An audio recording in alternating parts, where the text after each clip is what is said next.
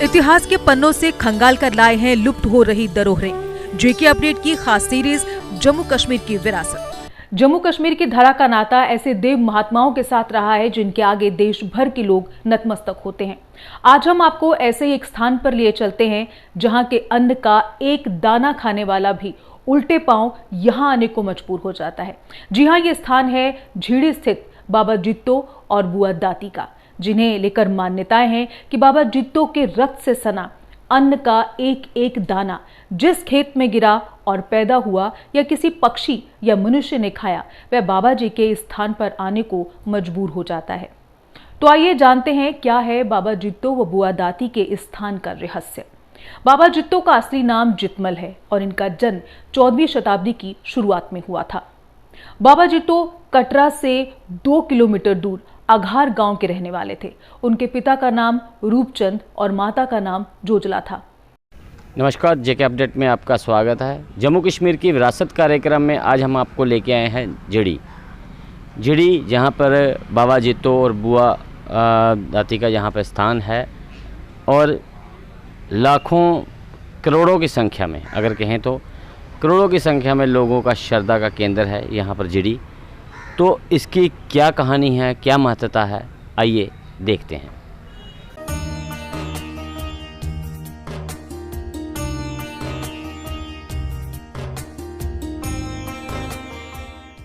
कहते हैं कि बाबा जित्तो के माता पिता को कोई संतान नहीं थी, लेकिन माँ जोजला भक्ति भाव में लीन रहने वाली स्त्री थी।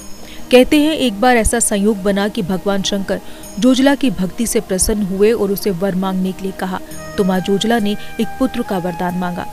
भगवान शिव ने उन्हें वरदान दे दिया। समय के साथ साथ बाबा जित्तो बड़े होने लगे और प्रभु भक्ति में मगन रहने लगे। जबकि अपनी विधवा चाची जोंजा के व्यवहार से आहत होकर वो एक दिन घर छोड़कर माँ वैष्णो देवी के दरबार चले गए। अभी वो छोटे बालक ही थे और माँ के दरबार में जाकर वो उनकी भक्ति में लीन हो गए। माँ वैष्णो देवी ने उन्हें दर्शन दिए और वर मांगने को कहा, लेकिन बाबा जित्तो ने कहा कि वो कोई वर नहीं मांगना चाहते, बस इतना चाहते हैं कि जब भी उन पर कोई विपत्ति आए तो एक बार स्मरण करने पर माँ आप मुझे दर्शन देना। माँ ने उनकी इच्छा स्वीकार की और बाबा जित्तो वापस घर आकर माँ की भक्ति में लीन रहने लगे। समय के साथ साथ बाबा जित्तो बड़े हुए तो उनका विवाह ब्राह्मण कुल की मायावती से हुआ, लेकिन बाबा जित्तो ने अपनी माँ की भक्ति को नहीं छोड़ा। इस पर माँ वैष्णो देवी ने उन्हें दर्शन दिए और कहा कि वो उनसे बहुत प्रसन्न है, अब तो कोई वर मांग लो। इस पर भी बाबा जित्तो ने भक्ति का ही वर मांगा।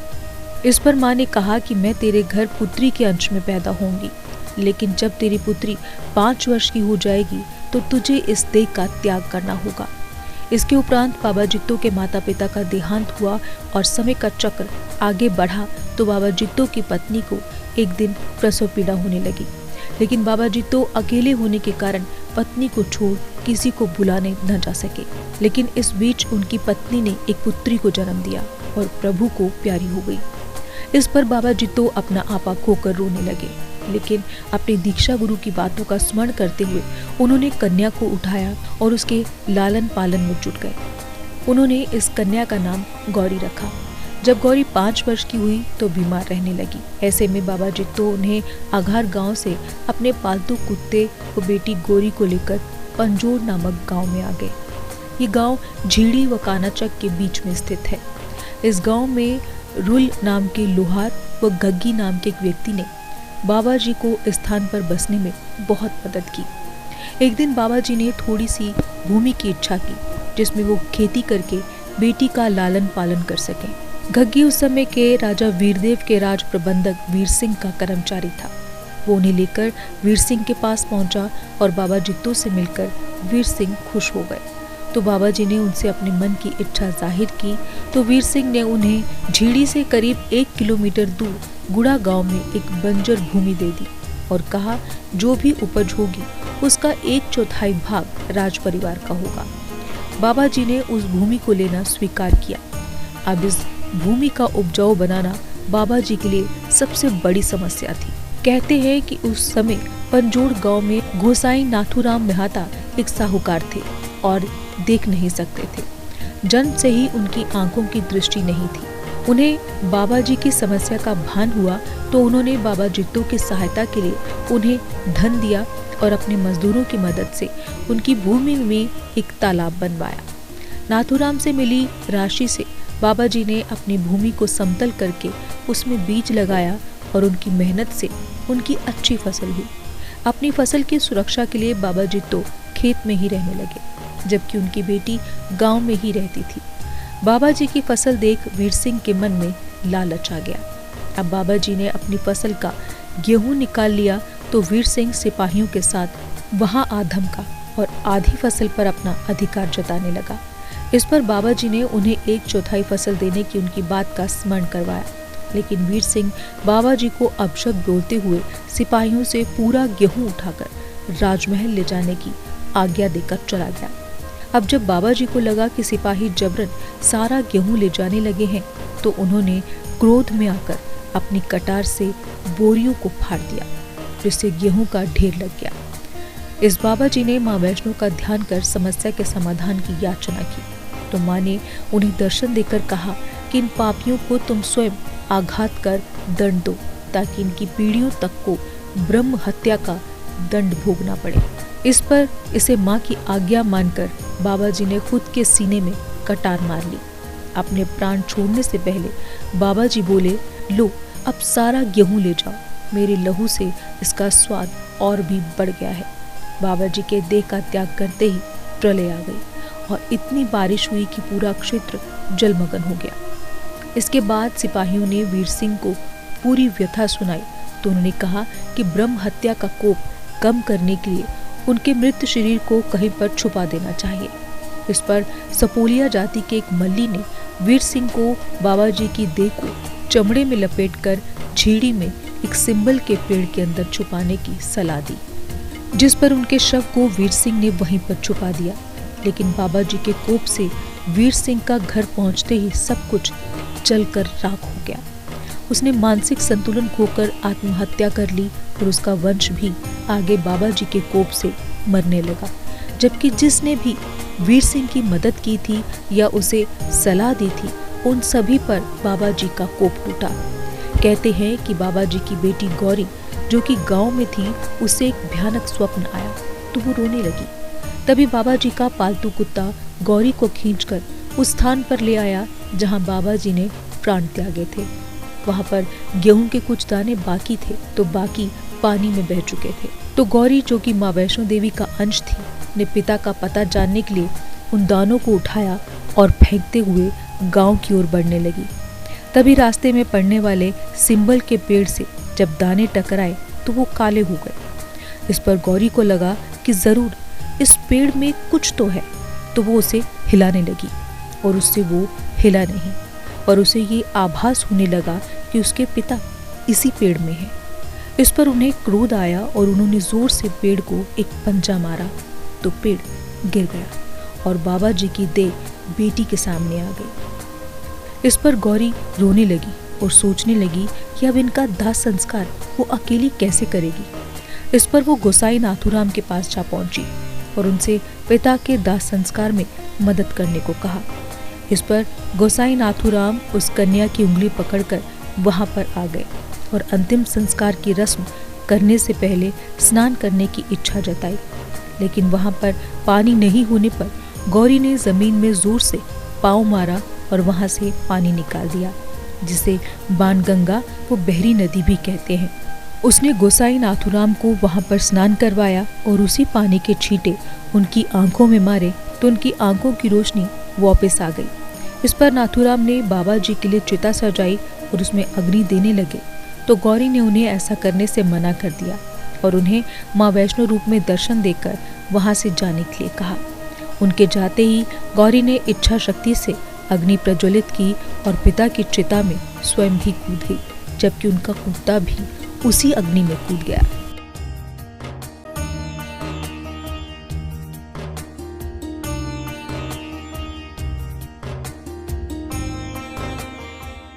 कहते हैं कि बाबा जित्तो और उनकी पुत्री गौरी, जो कि बुआ दाती के रूप में वर्णित की जाती हैं, ने देह त्यागने के बाद भी 28 वर्ष तक पैदल चलकर आत्मा रूप में सभी तीर्थ स्थलों का भ्रमण किया और इन 28 वर्षों में उन लोगों का सब कुछ तबाह हो गया जिन्होंने बाबा जी के साथ लेश मात्र भी छल किया था, लेकिन उन्हें उनके पापों से मुक्ति नहीं मिल रही थी। लेकिन अब वो लोग बाबा जी को कुल देवता और गौरी को बुआ दाती के रूप में मानने लगे, पर उनका स्थान न होने के कारण वो अपने कष्टों से निजात नहीं पा रहे थे।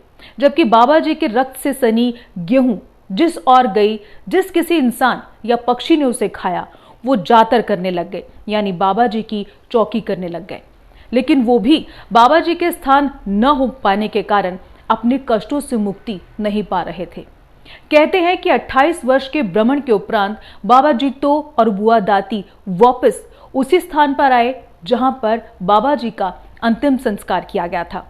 उस दिन 2 सियालकोट, जो कि आजकल पाकिस्तान में है, से 2 व्यापारी शुद्ध और बुद्ध आए और रात होने पर इसी स्थान पर विश्राम करने लगे। तभी बाबा जित्तो व गौरी उनके सपने में आए और उनसे कहा कि वो उनका मंदिर इसी स्थान पर बनवाने और साथ में एक बावली का निर्माण करवाएं। उन्हें मंदिर बनाने के लिए इसी स्थान से धन भी मिल जाएगा। जबकि मंदिर बनने के बाद गोसाई नाथुराम यहाँ पर पूजा अर्चना कर लोगों के दुख दूर करेंगे।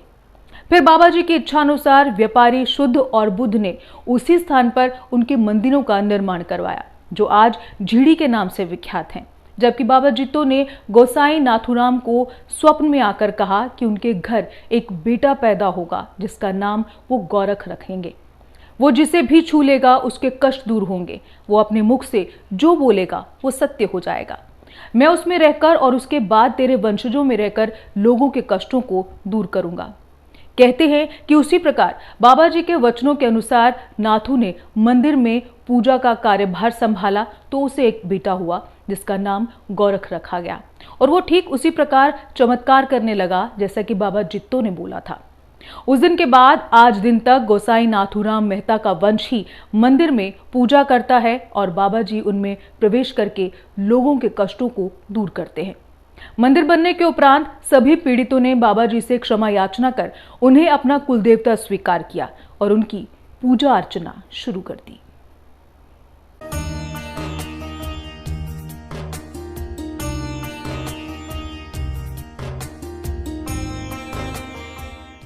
मौजूदा समय में मंदिर का संरक्षण गोसाई श्यामलाल मेहता कर रहे हैं, जबकि एक समय ऐसा हुआ कि श्यामलाल मेहता के रहते हुए सरकार ने मंदिर का बोर्ड बनाकर उस पर अपना अधिकार कर लिया। पर बाबा जी की कृपा से कोर्ट ने सरकार के निर्णय को गलत करार देकर मंदिर का अधिकार वापस गोसाई परिवार को सौंप दिया। मौजूदा समय में मंदिर में बाबा जित्तो व बुआ दाती की मूर्तियों के साथ मां वैष्णो देवी सहित अन्य देवी देवताओं की मूर्तियां स्थापित हैं, जबकि मुख्य मंदिर के साथ एक राजा द्वारा बनाई गई बाबा जी की डेयरी भी है, जिसे आज शीशे वाला मंदिर कहते हैं।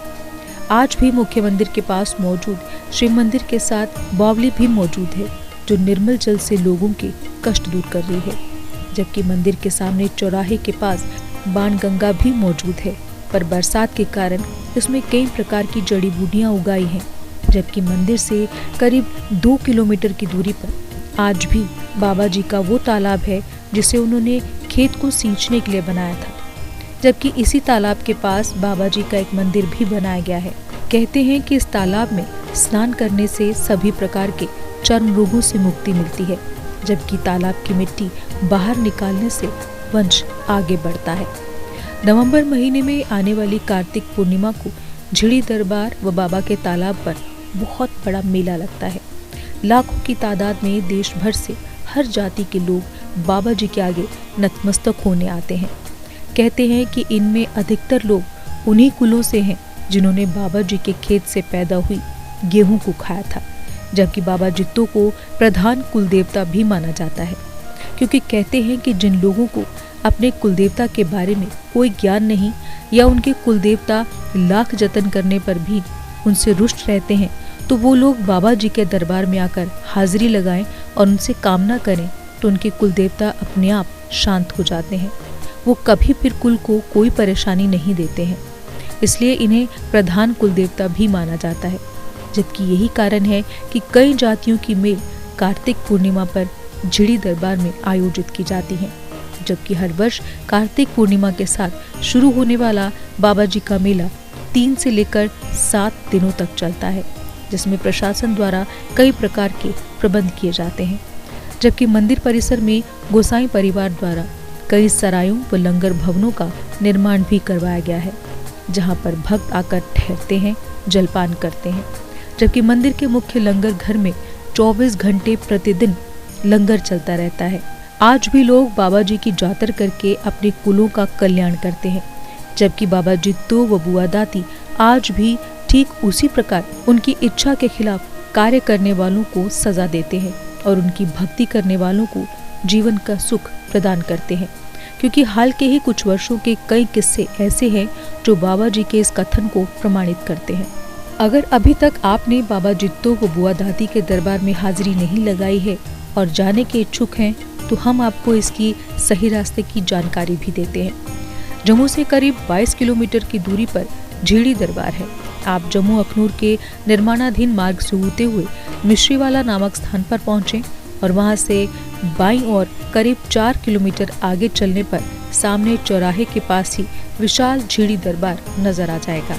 जबकि वापसी पर चौराहे के पास बहती बाणगंगा को पार करके फिर बाईं ओर का रास्ता पकड़कर शामेचक गांव से होते हुए करीब 2 किलोमीटर बाद बाबा जी का पवित्र तालाब स्थित है।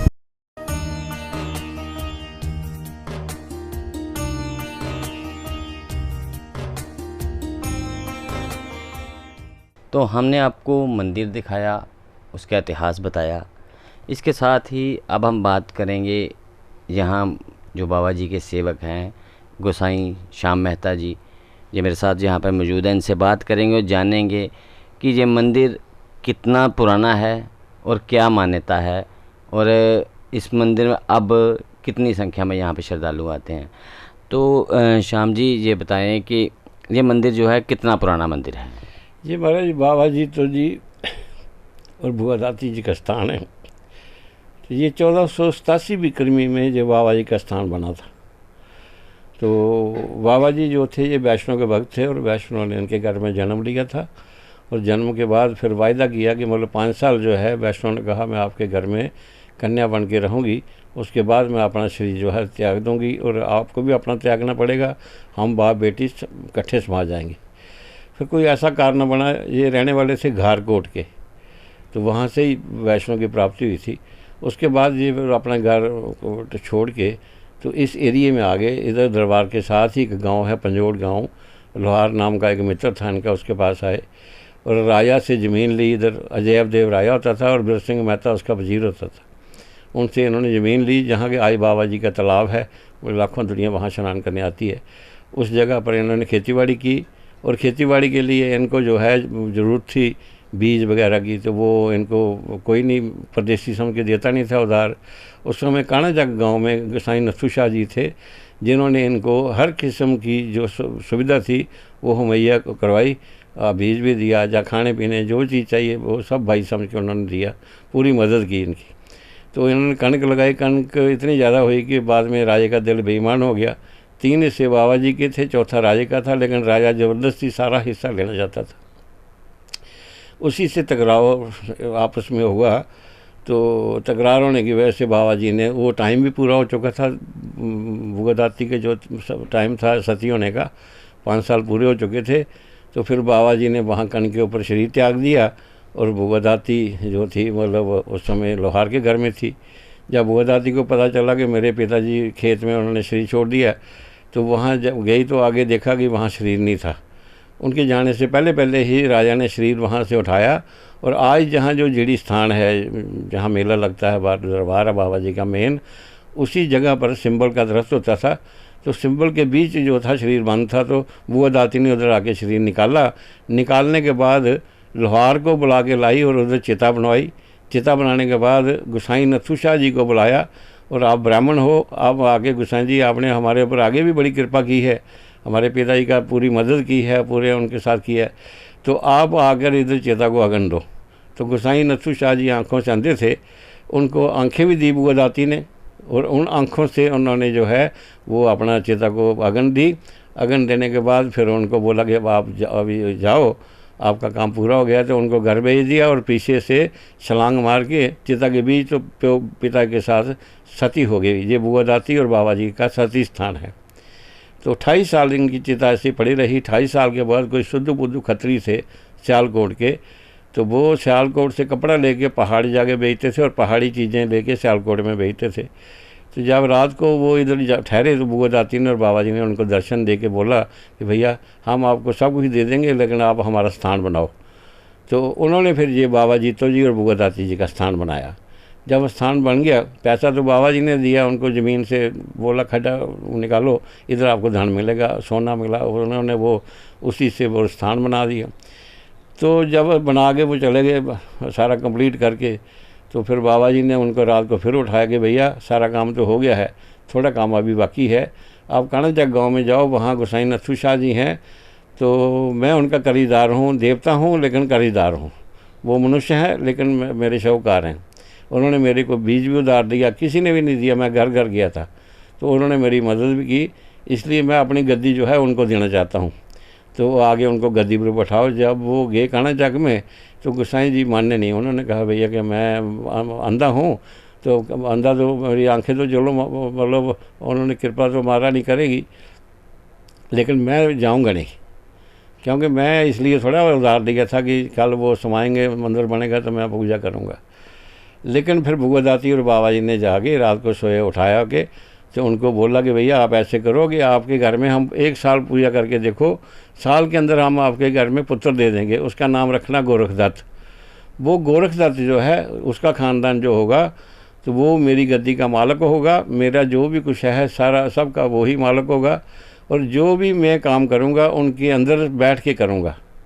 मैं उनको आशीर्वाद आपको ऐसी दे दी है, बख्श दे दी मैंने, वो बख्श है बाबा जी और बुआ दाती की, कि बख्श से जो भी काम होगा वो जब मेरे को याद करके बोलेंगे तो मुझे करना पड़ेगा।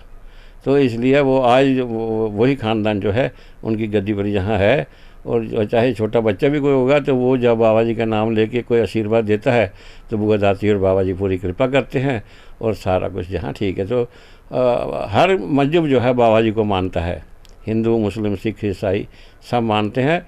और जब मेला होता है तो लाखों की तादाद में बाहर से, फॉरेन से या इंडिया की हर स्टेट से यहाँ लोग आते हैं। तो पंजाब से जो सरदार लोग जो हैं वो बड़ा मानते हैं बाबा जी को, किसी चीज़ को नहीं मानेंगे लेकिन बाबा जी को तो सिर से मानते हैं। और बड़े बड़े चमत्कार इधर हुए, ऐसे ऐसे केस हमारे पास हैं। 18 साल हो गए जिनके बच्चा नहीं है और डॉक्टरों ने जवाब दे दिया कि इनके बच्चा नहीं हो सकता, उनके घर में आए पुत्र खेल रहे हैं जी। बाबा जी जिनकी आंखें नहीं थी आंखें दी, मतलब हर नया से नया चमत्कार हम बाबा जी का देखते हैं, जो हम सोच भी नहीं सकते वो कृपा बाबा जी जो है वो करते हैं। तो इनके वहाँ तालाब में दुनिया स्नान करती है, हम उनको बताते हैं स्नान करो, बाबा जी के दरबार में आके श्रद्धा से बाबा जी को मांगो जो मांगना है, बाबा जी सबकी मनोकामना पूर्ण करते हैं। और ऐसे ही बुआ दाती और बाबा जी सबकी मनोकामना पूर्ण करते रहें, यही हमारी। ये मंदिर के पास जो जहाँ पर बुआ दाती ने, जो हमें घटना पता चला है कि वहाँ पर उन्होंने पानी निकाला, जल निकाला था, उसी जल में स्नान करवा के ही गोसाई जी ने उनके बाद जो उनकी चिता को अग्नि दी थी। तो वो जो मंदिर से कितनी दूर है वो स्थान? ये मंदिर से ज़्यादा कोई 100-150 गज दूर है। ये नदी है सामने, इसको बाणगंगा बोलते हैं हमारे इधर। ये चौक जो है मंदिर के सामने, इसके साथ ही नदी है, उसमें ज़्यादा से ज़्यादा 1-1 फुट पानी होता है। वो पानी जो है बुआ दाती ने अपनी शक्ति से कोरजू, जिसको ज़मीन से बूंद बूंद करके निकाला था, और उसको बोलते हैं कोरजू पानी। तो उसी में गोसाई जी को स्नान करा के तो गोसाई जी की आंखों में छट्टा मार दिया था जल का, जो बचपन के अंधे थे, तो छट्टा मार के तो उनको आंखें दे दी। तो गोसाई जी ने कहा बुआ दाती मैं तो बचपन से अंधा था, आज इतनी उम्र मेरी हो गई है, तो मैं बचपन से अंधा था तो ये आंखें आई कैसे ठीक हो गई।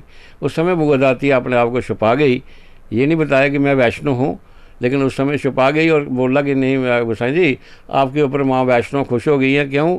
आपने एक पहाड़ी ब्राह्मण इधर आए थे बाबा जीतो जी, उनकी इतनी मदद की और इतना प्यार से श्रद्धा से आपने उनको सारा कोई काम किया, तो माँ वैष्णो आपके ऊपर खुश हो गई। तो खुश हो गए, उन्होंने आपको जो है आंखें दे दी हैं क्योंकि आपने उनकी जाके चिता को अग्नि भी देनी है और सारा कार्यक्रम जो डुग्गर के मुताबिक होता है वो आपके सिर के ऊपर ही जिम्मेवारी होगी। जैसे हमारे यहाँ वो बारखी करते हैं, अर्ध बारखी करते हैं, 4 साल करते हैं, चौबारी करते हैं, वो सारा काम जो है आपको भी बाबा जी का करना पड़ेगा। तो इसलिए माँ वैष्णो ने खुश होकर आपको आंखें दे दी हैं ताकि ये सारा काम जो है आपके हाथों से हो जाए। तो आपने देखा, महंत जी से भी बात हुई जो जहाँ के सेवादार हैं, उन्होंने बताया कि बाबा जीतो का जो ये स्थान है ये करीब 700 वर्ष के करीब पुराना स्थान है और इसे लेकर इतनी मान्यताएं आज भी हैं कि अगर हम उसे एक कड़ी दर कड़ी सुनाना शुरू करेंगे तो शायद सैकड़ों वर्ष लग जाएं, क्योंकि आज भी बाबा जी के चमत्कार, बुआ के चमत्कार यहाँ पर देखने को मिलते हैं, जैसा महंत जी ने बताया। जबकि कुछ एक किस्से तो पिछले 10-12 वर्ष के ही हैं, जिनमें कुछ ऐसे किस्से हैं कि यहाँ का जो लोग को थोड़ा बहुत अगर उल्टा सीधा यहाँ पे काम करते थे तो उनको बहुत भयानक सजाएं यहाँ से मिली हैं। लेकिन जिन लोगों का ऊपर बाबा जी ने कृपा की है उनकी संख्या तो लाखों करोड़ों में है। तो अभी तक अगर बाबा जीतो के स्थान जड़ी में आप नहीं आए हैं तो एक बार ज़रूर आएँ और बाबा जी का आशीर्वाद लें। फिर मिलेंगे जम्मू कश्मीर की विरासत में अगले एक और विरासत के साथ। तब तक के लिए मुझे अश्विनी गुप्ता को दें इजाज़त। धन्यवाद। जीके अपडेट रहे हमारे साथ। अगर आप ये वीडियो YouTube पर देख रहे हैं तो हमारे YouTube चैनल को सब्सक्राइब करें और बेल आइकन को क्लिक करें। अगर आप ये वीडियो Facebook पर देख रहे हैं तो हमारा Facebook पेज लाइक जरूर करें। For advertisement please contact 7051091811।